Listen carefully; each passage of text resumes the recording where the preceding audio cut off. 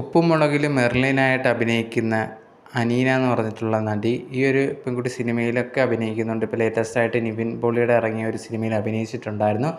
ആ ഒരു സിനിമയുടെ പ്രൊമോഷൻ്റെ ഭാഗമായിട്ട് ഇങ്ങനെ പോകുന്ന സമയത്താണ് ഒരു മീഡിയ വന്നിട്ട് ഇത് കണക്ക് ചോദിക്കുന്നുണ്ടായിരുന്നു, ഉപ്പും മുളകിലേക്ക് ഇനി വരുമോ, ഇനിയുള്ള എപ്പിസോഡിലൊക്കെ കാണാൻ സാധിക്കുമോ എന്നുള്ളൊരു കാര്യം. ആ സമയത്ത് അനീന പറയുന്നുണ്ട്, ചിലപ്പം വരാം, ഇപ്പം ഒന്നും ഇതുവരെ ഒരു കോള് വന്നിട്ടില്ല, ചിലപ്പം വരാനുള്ള ചാൻസ് ഉണ്ട് എന്നുള്ള രീതിയിൽ പറയുന്നുണ്ടായിരുന്നു.